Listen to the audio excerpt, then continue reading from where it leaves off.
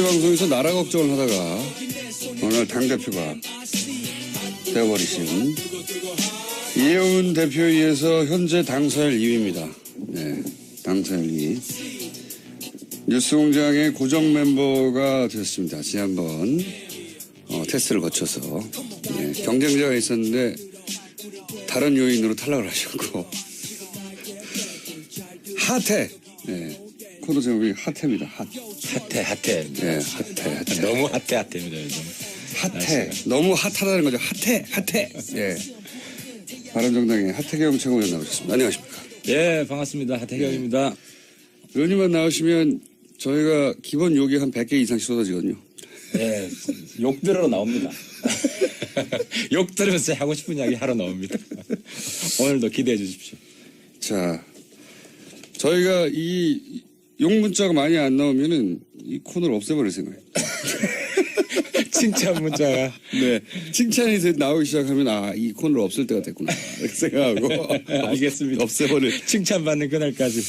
알겠습니다. 자, 지난 한 주간 바른정당, 특히 하태경 최고위원의 눈으로 바라본 전국 짚어보는 시간인데, 지난 한 주간 아무래도 가장 핫했던 거는 이제 핫했던 것은 안철수 전 대표가 당권 도전에 나선 거지 않습니까?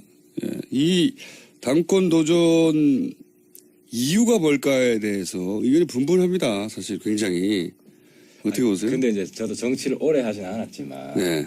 정치판이 이럴 수도 있구나. 지금 바른정당이 상대적으로 태평성대 같아요. 마이크를 여보세요? 귀에 대시면 예, 안녕하세요. 하태경입니다. 지금 마이크를 귀에다 대고 말씀하시는데. 그러니까 바른정당이 거의 야권을 평등한 느낌이에요, 제가.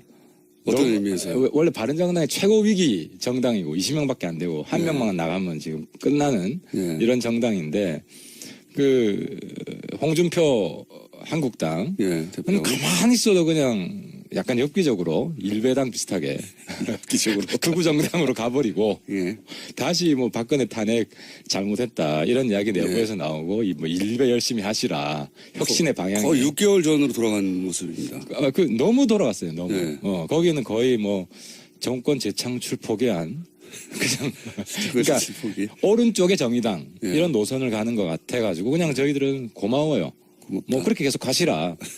근데 좀 잘 됐으면 좋겠다. 그러니까 우리로 보면 어떻게 보면 우당이에요, 국민의당이. 그러니까 친구 우자, 버주자 우당인데. 그게 연대 가능성이 있다는 얘기가. 지금은 우려스러운 걱정 우자 우당이 돼가지고 지금 상당히 지금 국당이 연대를 말하기 전에 소멸할 수도 있지 않을까.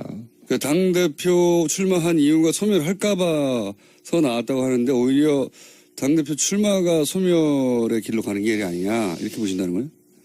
안철수 대표 입장에서는 피해의식이 큰 것 같아요. 그러니까 자기가 안 나오면 이게 민주당 투항파한테 팩트는 모르겠어요. 예를 들어 천정배, 정동영 두 분이 이제 대표적으로 나오셨는데 그 두 분 중에 누군가가 되더라도 민주당으로 흡수 통합될 것이다. 나중에 지방선거 전후로 해서. 그렇죠. 이런 우려가 상당히 강한 것 같아요. 근데 여기에 맞설 만한 사람이 없다. 아무도 없다. 그러니까 이제 본인도 알아요. 독배를 마신다. 하지만 청명해 주거나 한식해 주거나 내가 안 나와도 죽는 건데. 그러니까 이제 안철수 대표 심리를 제가 읽어본 거예요. 그렇게 안철수 대표가 제가 인간적으로 나쁜 사람이라고 생각은 안 해요. 단 정치적으로 순진하다. 정치적으로 좀. 그건 정치 초년병한테나 할 얘기지. 이제 대선을 2번이나 지났는데 순진하다고 말하는 게 맞나요, 표현이? 아직은 조금 그런 것 같아요. 제 말은 그걸 순진하다고 말할 수 있고 어리숙하다고 말할 수도 있고 모자라고 말할 수도 있고 똑같은 현상을 두고 정치 신인이면 순진하다고 할 수 있는데 이제는 그렇게 말하기에는 대선 후보를 공당에서 떴는데요. 이게 좀 안철수 대표가 좀 애매한데요. 그러니까 이제 정동현, 천정배 두 분 보면 약간 올드 보이고 노회할 것 같고 이게 좋은 측면과 나쁜 측면이 다 존재하잖아요. 근데 안철수 대표는 올드해 보이진 않아요. 아직까지 느낌이. 근데 단 좀 정치적으로 좀 막 가는 경향이 있는 거 아니냐. 막 가는 경향이. 그러니까 이게 일종의 좀 경선이 아니라 제가 볼 땐 내전이거든요. 골육 상쟁. 그 6.25랑 똑같아요. 결국 분단으로 갔듯이 분당으로 갈 수순으로 보인다. 어쩌면 분당을 하려고 하는 거 아닐까요? 이 기회에 물론 이것도 뭐 순전히 추정이고 그렇긴 한데 이 기회에 호남계들과 결별하려고 일부러 그러는 거냐라고 할 정도로 격렬하잖아요 지금. 그런 것 같아요. 그러니까 결별 수순을 받고 있는 거고. 근데 결별의 방식이 거기 비례의원이 많잖아요. 네. 비례의원을 누가 획득하느냐. 그러니까 13분이나 되기 때문에 네. 이 당 예를 들어 이제 바른정당하고 비슷하죠. 바른정당에 사실상 유승민 후보가 되면서 네. 유승민 주도의 당이 되니까 사실상 김무성 대표랑 함께하던 13분이 홍준표 밑으로 갔잖아요. 예. 이제 그거랑 비슷하게 만약에 안철수 당대표가 되면 여기 같이 못하겠다고 하는 분들이 떠날 가능성도 있고 아니면 뭐 그 반대 가능성 반대 가능성이라는 반한 계통의 누군가가 당대표가 되면 안철수 계통에 있는 사람들이 뭐 다시 뭐 소위 요즘 뭐 극중주의 뭐 이런 깃발을 들고 국정주의 저기 좌파랑 같이 못하겠다 뭐 그럴 가능성도 있어 보이는 거죠. 그러니까 당을 추스린다고 하는 것의 의미가 본인이 당을 확실히 장악하고 그리고 호남계가 장악해서 혹시 자신의 입지가 줄어들까봐 출마해서 그쪽 완전히 제압하거나 혹은 뭐 분당하더라도 할 수 없다 이 정도 결심으로 나왔을 것이다. 그렇다고 봅니다. 저 완전히 이번 판에 어쨌든 민주당으로 흡수되는 건 맞겠다. 이런 나름대로의 왜냐하면은 자기가 만든 당이잖아요. 그러니까 예를 들어 자기가 만든 회사가 있었잖아요. 그 회사에서 자기 지분이 다 그러니까 회사는 주식 지분이라도 있는데 이건 그런 것도 없잖아요. 그러니까 자기는 완전히 팽되고 자기가 만든 당은 사라지고 뭐 이렇게 되면은 사실상 자기는 정치직계에서 퇴출된다. 그러니까 은퇴가 아니라 퇴출하는 건 될 수도 있다라는 위기의식 때문에 나온 것 같아요. 그런데 이게 해법입니까 그럼? 베스트 해법은 아니에요. 제가 만약에 뭐 이렇게 조언을 할 수 있다면 지금 공멸이거든요. 조언을 할 수 없죠. 안철수 대표가 제가 하는 이야기 비슷한 워딩을 해요. 제가 깜짝 놀랐어요. 그러니까 의원님이 먼저 한 이야기인데 나중에 따라하더라. 똑같은 워딩을 해요. 우연이겠죠. 저는 우연이라고 보는데 어떤 워딩을 따라했냐면은 제가 이런 이야기했어요. 뭐 자꾸 연대 이야기를 하니까 저기는 생존이 급한데 어떻게 연애 생각을 하겠느냐. 그 단어를 똑같이 이야기를 했어요. 제가 쓴 단어를. 시차가 얼마나 됩니까? 하루 뒤에. 어제. 기사를 보고 했을 가능성이 있네요. 뭐 그럴 수 있지. 참모가 뭐 이 표현 괜찮다 싶어가지고. 근데 아무튼 제가 한 말씀 조언을 해드리면 이 공멸을 막는 방법은 손학규 추대다. 모두가 잊고 있던. 그렇죠. 모두가 잊고 있던. 왜냐하면 손학규 대표가 사실 국당에 나름대로 기여한 바 커요. 재미없는 경선을 어느 정도 흥미를 불어넣어 주었고. 그죠? 그랬나요? 그 정도 했잖아요. 그리고 마지막 정치 인생을 국당에 쏟아부었거든요. 그래서 지금 타이밍에 근데 모르겠어요.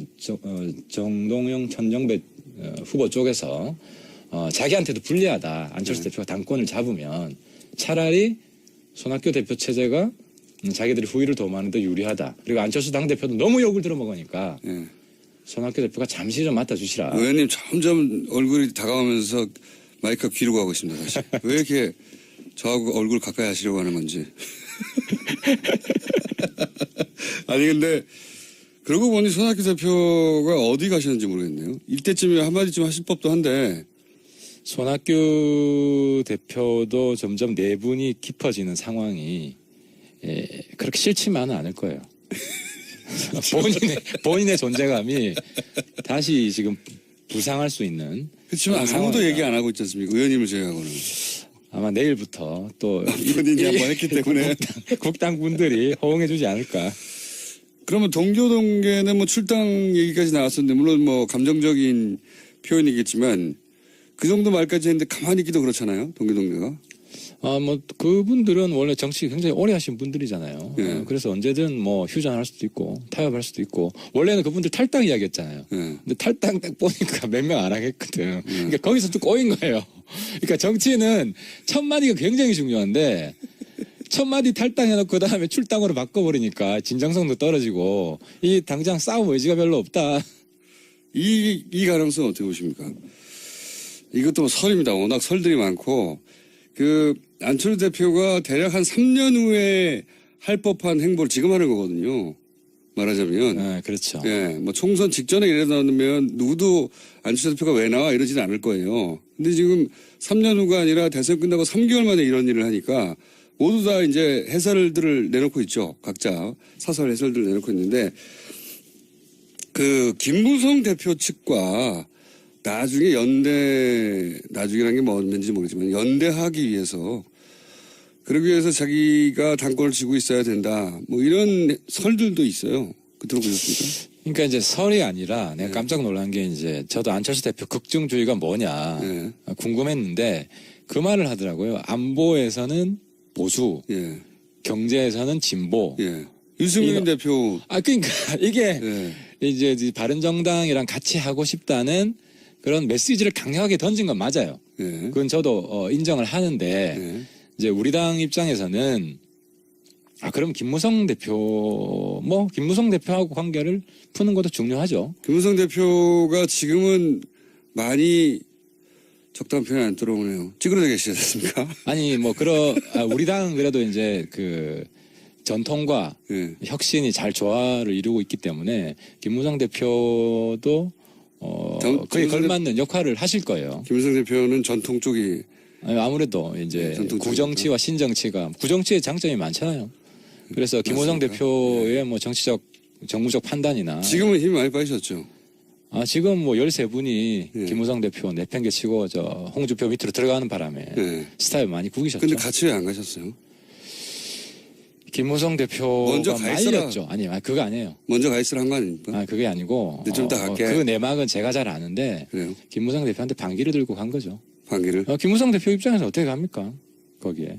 아니 그러니까 지금 당시 그런 얘기도 있었지 않습니까? 대선 후에 유승민 대표가 지지율을 그렇게밖에 못 받으면 결국 당은 없을 것이고 먼저 가 있어라 내가 나중에 갈 테니까 지금은 싸놓은 척 하자 이거 아니었어요 혹시?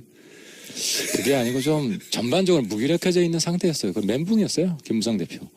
그 이제 총선 이후에 예. 계속해서 김무성 대표가 선택했던 정치적 행보. 예. 예를 들어 뭐 성공적이 하나도 없었죠 사실. 그렇죠. 다 실패했어요. 예를 들어 질서 있는 퇴진 예. 안 되고 반기문 예. 특히 반기문 안 되고 예. 그다음에 막판에는 그걸 했잖아요.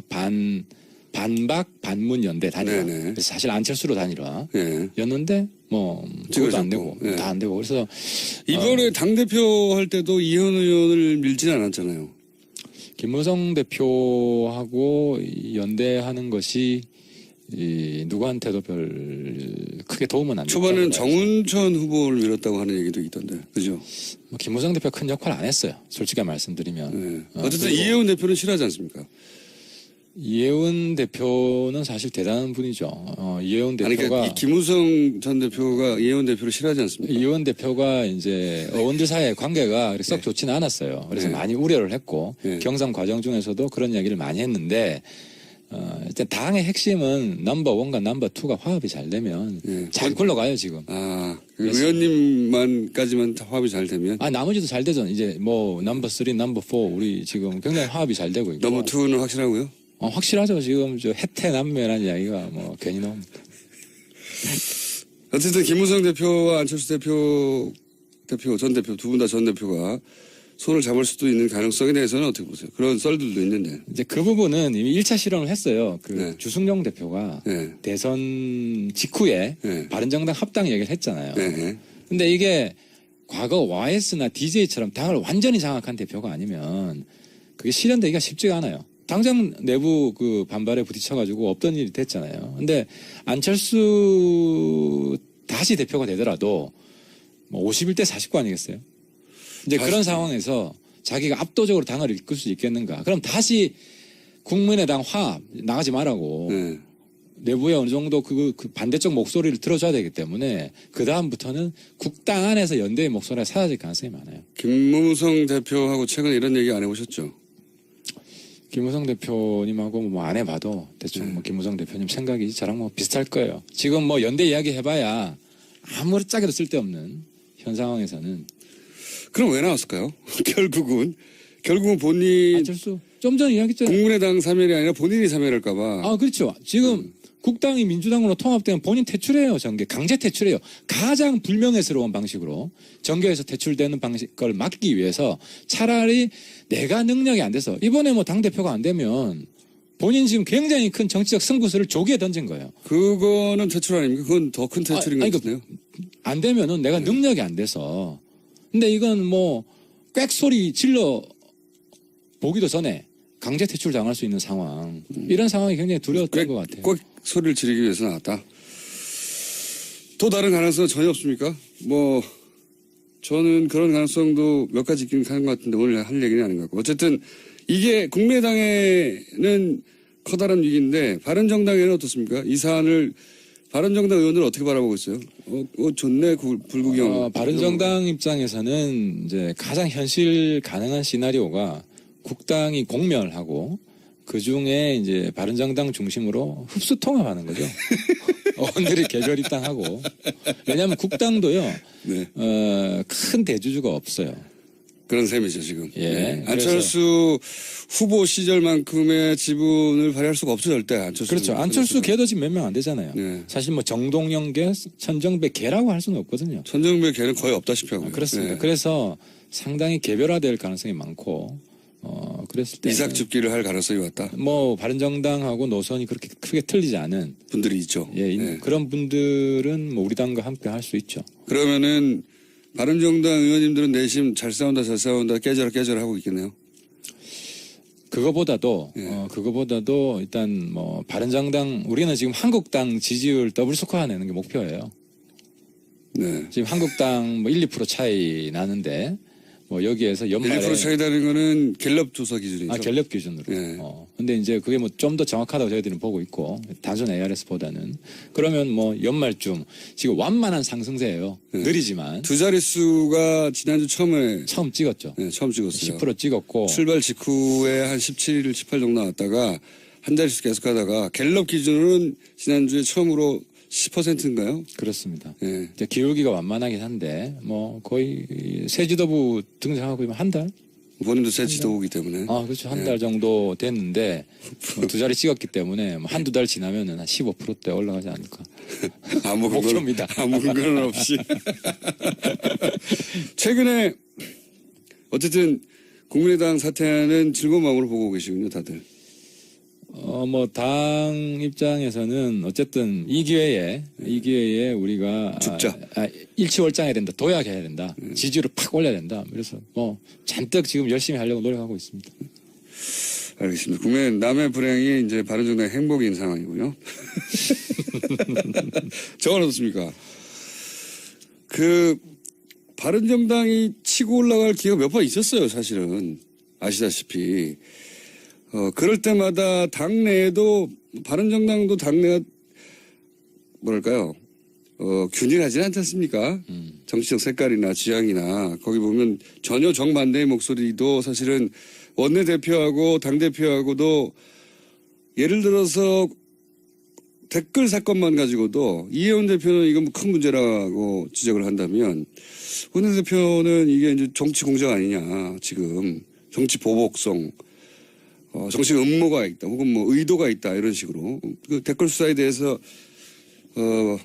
마음에 안 들어 하는 거죠. 예. 이건 이제 결국 이명박 대통령까지 가는 거 아니냐라고 하는 친이계들의 우려가 있는 건데, 그렇게 의견이 갈려 나오면 그 중에서 듣기 싫은 소리가 기분을 상하게 하니까 당연히, 바른정당 역시 안 되겠어. 댓글 사건 같이 명백한 사건에 대해서도 그렇게 나오거든요, 반응이. 이게 뭐냐고. 그러니까 이제 바른정당이 초기 한 18, 9% 올라갔을 때 가장 지금 가슴 아프게 생각하는 게 18세 투표권. 네. 그리고 공수처 문제. 네. 우리가 이제 사실 통과시켰다가 네. 뒤집혔죠. 그러니까요. 뒤집히면서 저게 새로운 보수당 맞느냐, 혁신 맞느냐 이래가지고 이제 확 꺼졌죠. 확 꺼졌죠. 거기 플러스 단일화 얘기하니까 결국 똑같구나. 그러니까 자유한국당과 바른정당이 결국 단일화 할 거구나. 그렇죠. 안 했지만 그렇죠. 할 거구나 하는 인상이 드는 순간부터 뭐 지금 잠깐 헤어진 거지 곧 합칠 텐데 뭐 이러면서 지지를 확 꺾이잖아요. 그래서 지금 사실 저희들이 뭐 보수 적통 경쟁 이 말도 저는 별로 안 좋아해요. 지금 갈수록 한국당하고 우리는 지지 기반이 다르다. 저쪽은 극으로 가는 것이고 네. 우리는 혁신 중도 보수로 가는 네. 지금 그런 방향이고 근데 우리가 방향을 충분히 못 잡은 게 탄핵 직후만 해도 그러니까 탄핵에 찬성한 한국당이다 우리는. 네. 이런 의식이 의원들 사이에 강하게 있었어요. 그러니까 여러 이슈들에 대한 정책들은 네. 그렇게 다르지 않다 하는 경향이 있었고 아니다 이것도 우리가 근본적으로 재검토해서 새로운 노선 새로운 보수로 가야 된다. 이 두 흐름이 있었죠.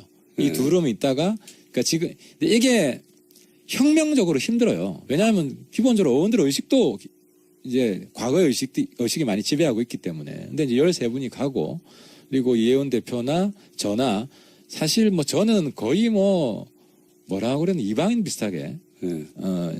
새누리당 내에서 전문 용어로 왕따라고 하죠. 근데 이제 바른정당이 네. 저 같은 왕따도 성공할 수 있다. 치고 올라갈 수 있다. 이런 가능성을 보여줬고 욕이 아직 100개가 안 됐어요. 그러니까 예를 들어 제가 지금 그 바른정당의 비전을 주도하고 있거든요. 근데 이게 정말 어려워요. 이제 수도. 예. 새로운 보수로 가는 게 뭐냐? 정책적으로 한국당하고 저는 심지어 안보는 보수, 경제는 진보. 안보도 우린 다르다 한국당과 이런 차별화라도 가야 된다고 보이고 잘 안 보입니다, 근데. 아직 잘 안 보이죠. 앞으로 네. 보여드릴 겁니다. 근데 그리고 시간이 조금 걸릴 거고요. 그다음에 이제 댓글 문제는 예. 댓글 문제 명확한 거는 국정원의 정치 개입 잘못된 겁니다. 그렇죠. 이건 이번에 뿌리 뽑아야 돼요. 예. 그리고 전면적으로 진상 조사를 해야 되고 그것이 왜 생겼는지 근본적인 처방이 나와야 됩니다. 근데 여기에서 지금 이제 쟁점이 되는 것은 자꾸 이제 야당에서는 전직 대통령을 이제 물고 들어가려고 하는 거죠. 아니, 전직 대통령이 일부러 물고 들어가려고 하는 게 아니라 하다 보면 전직 대통령이 등장하게 되는 거 아닙니까? 그러니까 그거는 봐야죠. 예, 봐야죠. 그거는 봐야죠. 아직 그 국정원 적폐상단 TF에서도 청와대 내용은 모른다. 네. 모른다는 것이고 그럼 MB가 알바들 조직해서 댓글 열심히 써. 그렇게 지시를 한 거냐. 대통령이 직접 알바를 고용하라고 하진 않았겠죠, 뭐, 당연히. 그러니까 제가 대통령이면은 이런 이야기는 했을 것 같아요. 북한의 대남 심리전에 대해서 적극적으로 대응해. 예. 그 뭐라 그러겠습니까? 근데 그게 댓글 알바를 고용하는 것으로 해결될 일은 아니지 않습니까? 그러니까 그 구체적인 내용에 대해서 지금 원세훈 원장도 저는 자기도 그 구체적인 내용에 대해서는 예를 들어 댓글이 어떤 댓글이 쓰여진다. 그건 상관이 없죠. 그러니까 그런 거. 그러니까 이 부분을 지금 이제 보수까지 포함해서 대단히 착각하고 있는 게 어떤 메커니즘이 작동하냐면요. 북한 통전부에 남조선 인터넷 댓글팀이 있어요. 그러니까 걔네들이 대남 심리전을 하는데. 대남 심리전을 하죠. 열심히 댓글 써요. 그러니까 국정원에서 이걸 쳐다보고 있으면 이거 자기들도 그거는 해야 할 일이죠. 아니 그거를 하면 안 됐어요. 예. 그렇죠. 왜냐하면 이건 민주주의의 대가다. 그러니까 북한 애들이 들어와서 댓글 쓰는 거나 해외에서 들어와서 댓글 쓰는 거나 심지어 저는 중국에서도 댓글 쓸 수 있다고 봐요. 근데 북한 애들이 댓글 쓰는 건 뭘 쓰는지 아세요? 말씀해 주십시오. 그 김정은 찬양 댓글 쓰는 게 아니고요. 한국의 그러니까 남남 대결을 위해서 한국의 야당 과거 뭐 MB 박근혜 집권 때 지금도 그렇고 한국의 야당과 뭐 제야단체 반정부 단체 이런 단체들이 하는 이야기를 북한 애들이 댓글 써요. 아이디 추적해보면 북한 애들이에요. 그런데 근데 문제는 국정원에서 대단히 오판을 한 게 북한 애들이 이런 댓글을 쓰니까 예를 들어 한미일 FTA 반대한다. 그죠? 광우병서 우린 못 먹겠다. 그러니까 여기에 대한 대응을 해야 된다는 강박 때문에 이게 정치 개입이 돼버린 거예요. 그게 이제 국정원 사이드에서 이해해주면 그렇고요. 근데 생각해 보시면 북한 쪽에서 예를 들어서 댓글을 달았는데 그것이 뭐 정부의 정책에 반하거나 혹은 뭐 친북 성향을 가지고 있는 일부 단체를 뭐 지지하는 글을 썼다고 쳐요. 그거를 대응하느라 본인이 지금 국정 댓글 사격이 났다라고 해서 해명이 안 될 것들이 너무 많죠. 너무 많아요. 제가 말씀드리는 거는 이제 그러다가 뭐 선거 때도 여러 이슈가 있고 아니면 거기서도 좀 과잉 충성 문제가 있을 수 있고 뭐 이런 과정을 통해서 선거 개입 정황도 드러난 거 아니에요. 그러니까 이런 부분은 전면적으로 조사해서 다 뿌리 뽑아야 된다는 거예요. 근데 제가 드리고 싶은 말씀은 댓글 사건은 그냥 그 국정원을 통해서 정권을 연장하려고 한 거죠. 아니, 그러니까 첫 출발은 그렇다는 거고. 그러니까 여기서 국정원 개혁에서 필요한 거 제가 말씀드리고 싶은 것은 북한 애들이 한국 인터넷 들어와서 댓글 쓰잖아요. 그럼 국정원은 뭐 해야 되냐면은 만약에 북한 내에 인터넷이 있다면 북한 내에 포탈이 있다면 거기 가서 우리 국정원 요원들이 거기 가서 댓글 쓰는 거예요. 네, 그렇다고 치고요. 그죠? 근데 그 북한 인터넷이 없어요. 예. 그럼 뭘 해야 되냐면 거기에다가 뭐 삐라를 뿌리든지 뭐 IP를 차단하는 거. 그러니까 북한 애들이 여기 댓글 쓰는 거나 우리가 거기 삐라 뿌리는 거나 대응하는 거예요. 아니면 뭐 라디오를 방송을 튼다든지 TV 방송을 튼다든지 그런 식으로 했어야 됐는데 그러니까 좀 전에 우리 우리 김호주 총수님도 약간의 발언에 이제 오답을 했는데 그 대응을 해야 된다. 그건 민주주의 대가로 포기를 했어야 된다는 거죠. 아니 대응이라는 건 예를 들어서 뭐 IP를 차단하든가 그 다른 방식으로 해야지 대남 공작을 하면 어떡합니까? 그렇죠. 그러니까 그게 그 국내 정치 개입이라는 의식이 박약했던 거죠. 왜냐하면 국정원이 과거부터 쭉 국정 홍보를 담당해 왔기 때문에. 근데 국정 홍보 차원이 아니라 예를 들어서 야당을 탄압하거나 아니면 특정 뭐 호남을 공격하든가 이건 상관이 없는 얘기잖아요, 사실은. 아니 근데 이게 정권 연장하려고 한 거죠. 완전히 상관없는 이야기는 아니에요. 그러니까 내가 그래서 요걸 좀 들어먹을 수가 있을 건데. 요걸로 100개 채우시려고 하시는구나. 북한 애들이 댓글 쓰는 게요. 야당하고 똑같은 이야기를 해요. 예를 들어 한미 FTA 추진하면 한미 FTA 반대하자. 북한 애들 그런 댓글을 쓰고. 그러니까 지금 북한 애들이 상당히 지능적으로 이제 대남 공작을 하고 있는데 방금 100개 넘었다네요. 야당 애들이 야당이 하는 이야기, 반정부 단체에서 하는 이야기들을 똑같이 해요.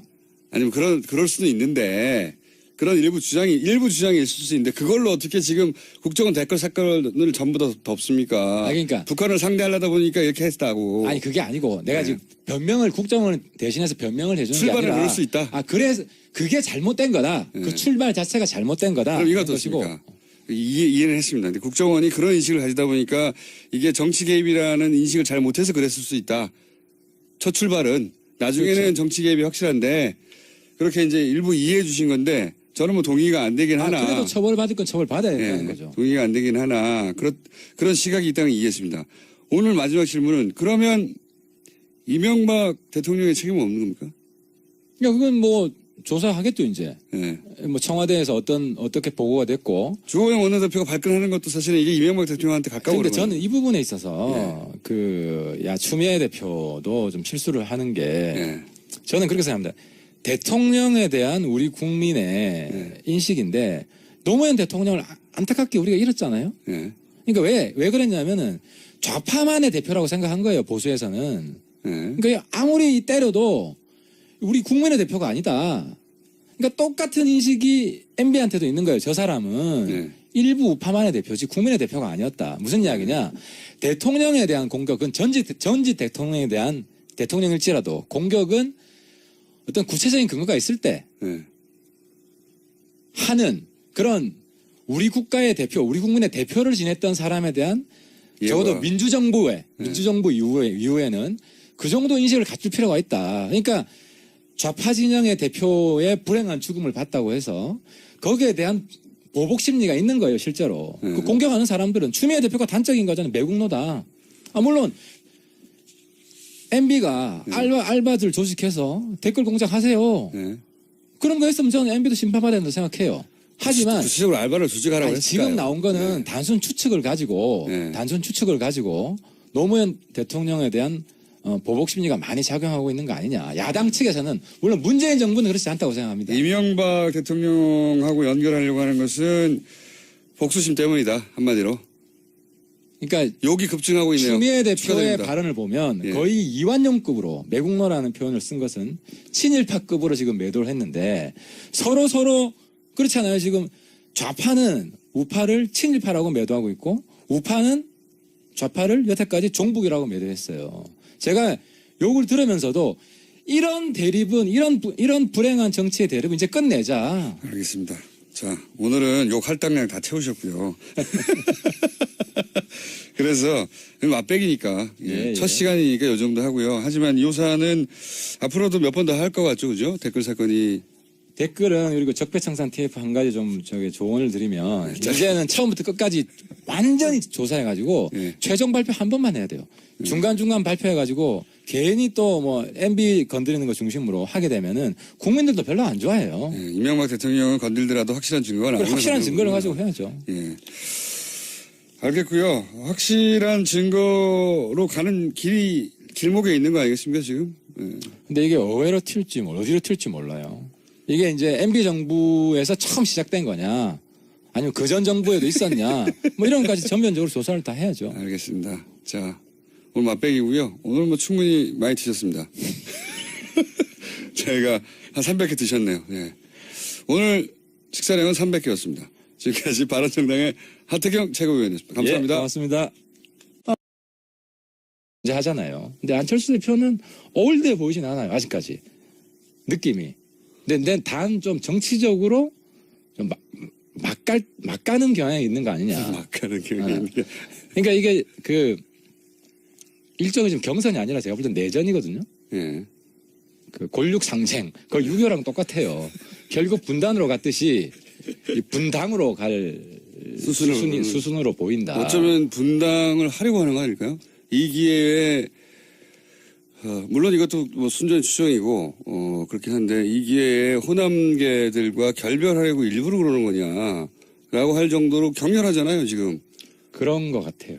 그러니까 결별 수순을 밟고 있는 거고. 근데 결별의 방식이 거기 비례의원이 많잖아요. 예. 비례의원을 누가 획득하느냐. 그러니까 13분이나 되기 때문에 예. 예를 들어 이제 바른정당하고 비슷하죠. 바른정당에 사실상 유승민 후보가 되면서 예. 유승민 주도의 당이 되니까 사실상 김무성 대표랑 함께하던 13분이 홍준표 밑으로 갔잖아요. 예. 이제 그거랑 비슷하게 만약에 안철수 당대표가 되면 여기 같이 못하겠다고 하는 분들이 떠날 가능성도 있고 아니면 뭐 그 반대 가능성. 반대 가능성이 반한 계통의 누군가가 당대표가 되면 안철수 계통에 있는 사람들이 뭐 다시 뭐 소위 요즘 뭐 극중주의 뭐 이런 깃발을 들고 국중주의 저기 좌파랑 같이 못하겠다 뭐 그럴 가능성도 있어 보이는 거죠. 그러니까 당을 추스린다고 하는 것의 의미가 본인이 당을 확실히 장악하고 그리고 호남계가 장악해서 혹시 자신의 입지가 줄어들까 봐 출마해서 그쪽 완전히 제압하거나 혹은 뭐 분당하더라도 할 수 없다. 이 정도 결심으로 나왔을 것이다. 그렇다고 봅니다. 저 완전히 이번 판에 어쨌든 민주당으로 흡수되는 건 맞겠다. 이런 나름대로의, 왜냐면은 자기가 만든 당이잖아요. 그러니까 예를 들어 자기가 만든 회사가 있었잖아요. 그 회사에서 자기 지분이 다 그러니까 회사는 주식 지분이라도 있는데 이건 그런 것도 없잖아요. 그러니까 자기는 완전히 팽대.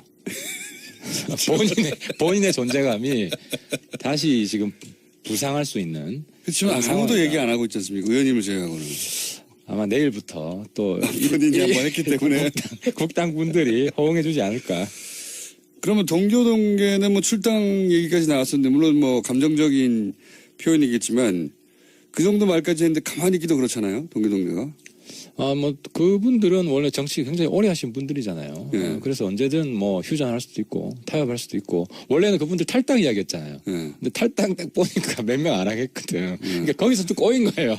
그러니까 정치는 첫 마디가 굉장히 중요한데 첫 마디 탈당해놓고 그다음에 출당으로 바꿔버리니까 진정성도 떨어지고 이 당장 싸움 의지가 별로 없다.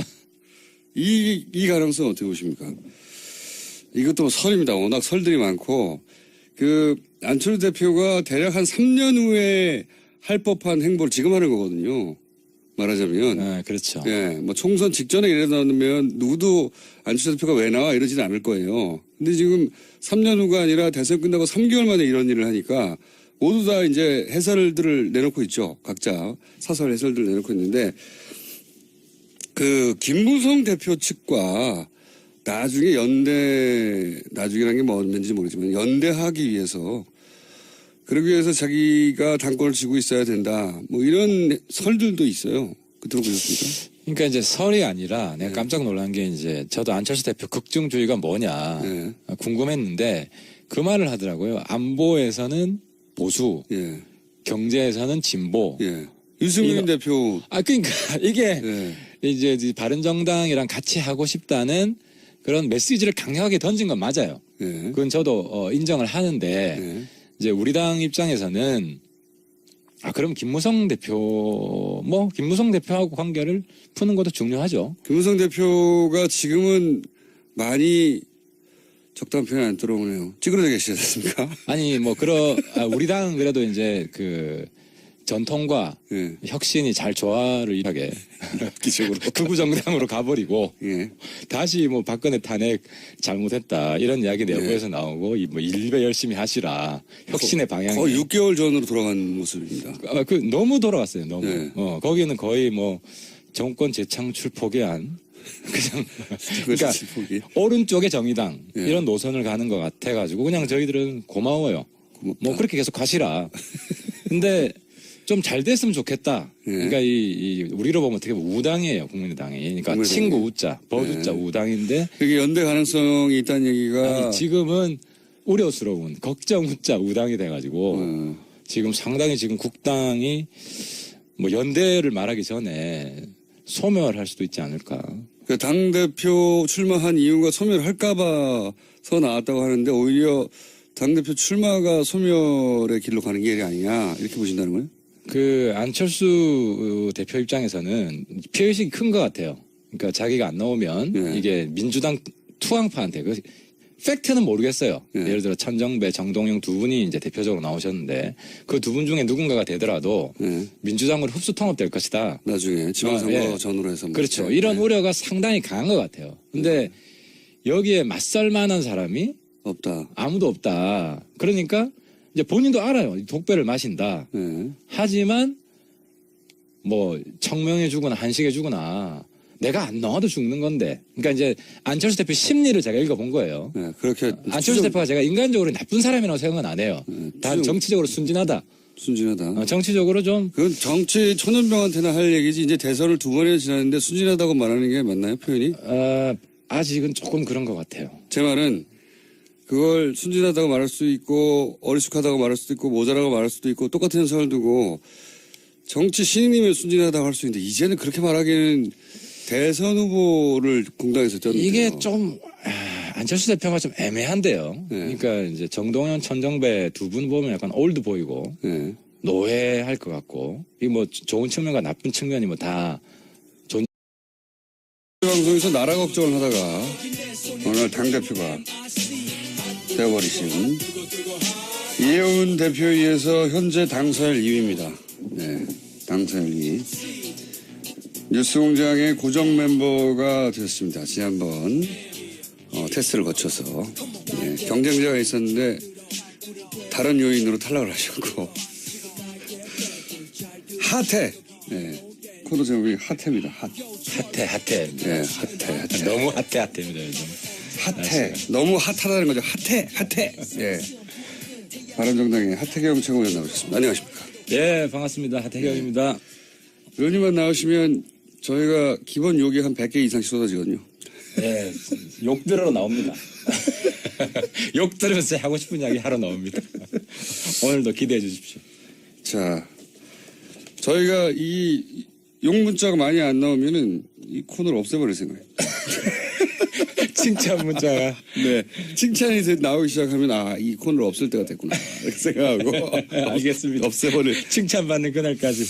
알겠습니다. 자, 지난 한 주간 바른정당, 특히 하태경 최고위원의 눈으로 바라본 전국 짚어보는 시간인데, 지난 한 주간 아무래도 가장 핫했던 거는 이제 핫했던 것은 안철수 전 대표가 당권 도전에 나선 거지 않습니까? 예. 이 당권 도전 이유가 뭘까에 대해서 의견이 분분합니다. 사실 굉장히. 어떻게 보세요? 근데 이제 저도 정치를 오래 하진 않았지만 네. 정치판이 이럴 수도 있구나. 지금 바른정당이 상대적으로 태평성대 같아요. 마이크를 여보세요? 귀에 대시면 예, 안녕하세요. 하태경입니다. 지금 마이크를 귀에다 대고 말씀하시는데. 그러니까 바른정당이 거의 야권을 평등한 느낌이에요, 제가. 어떤 의미에서요? 원래 바른정당의 최고 위기 정당이고 20명밖에 안 되고 한 명만 나가면 지금 끝나는 이런 정당인데 홍준표 한국당 대표. 가만히 있어도 그냥 약간 엽기적으로 일배당 비슷하고 자기가 만든 당은 사라지고 뭐 이렇게 되면은 그럴까 봐. 사실상 자기는 정치직계에서 퇴출된다. 그러니까 은퇴가 아니라 퇴출하는 건 될 수도 있다라는 위기의식 때문에 나온 것 같아요. 그런데 이게 해법입니까, 그럼? 베스트 해법은 아니에요. 제가 만약에 뭐 이렇게 조언을 할 수 있다면 네. 지금 이 조언을 공멸이거든요. 할 수 없죠. 안철수 대표가 네. 제가 하는 이야기 비슷한 워딩을 해요. 제가 깜짝 놀랐어요. 제가 그러니까 의원님이 먼저 한 이야기인데 나중에 따라하더라. 똑같은 워딩을 해요. 네, 우연이겠죠. 저도 우연이라고 보는데 어떤 워딩을 따라 했냐면은 제가 이런 이야기 했어요. 뭐 자꾸 연대 이야기를 하니까 아 저기는 생존이 급한데 어떻게 연애 생각을 하겠느냐. 그 단어를 똑같이 이야기를 했어요. 제가 쓴 단어를. 시차가 얼마나 됩니까? 하루 뒤에. 하루 뒤에. 어제. 기사를 보고 했을 가능성이 있네요. 아, 뭐 그럴 수 있지 않으면 참모가 뭐 이 표현 괜찮다 싶어가지고. 근데 아무튼 제가 한 말씀 조언을 해드리면 네. 이 공멸을 막는 방법은 손학규 추대다. 모두가 잊고 있던. 그렇죠. 모두가 잊고 있던. 왜냐하면 손학규 대표가 사실 네. 국당에 나름대로 기여한 바가 커요. 재미없는 경선을 어느 정도 흥미를 불어넣어 주었고, 그죠? 그랬나요? 예, 네. 그 정도 했잖아요. 네. 그리고 마지막 정치 인생을 국당에 쏟아부었거든요. 네. 그래서 지금 타이밍에, 근데 모르겠어요. 정동영, 천정배 후보 쪽에서 자기한테도 불리하다. 안철수 대표가 당권을 잡으면 차라리 손학규 대표 체제가 자기들이 후위를 도모하는 데 유리하다. 그리고 안철수 당대표도 너무 욕을 들어먹으니까 네. 손학규 대표가 잠시 좀 맡아주시라. 의원님 점점 얼굴이 다가오면서 마이크가 귀로 가고 있습니다. 다시. 왜 이렇게 저하고 얼굴 가까이 하시려고 하는 건지.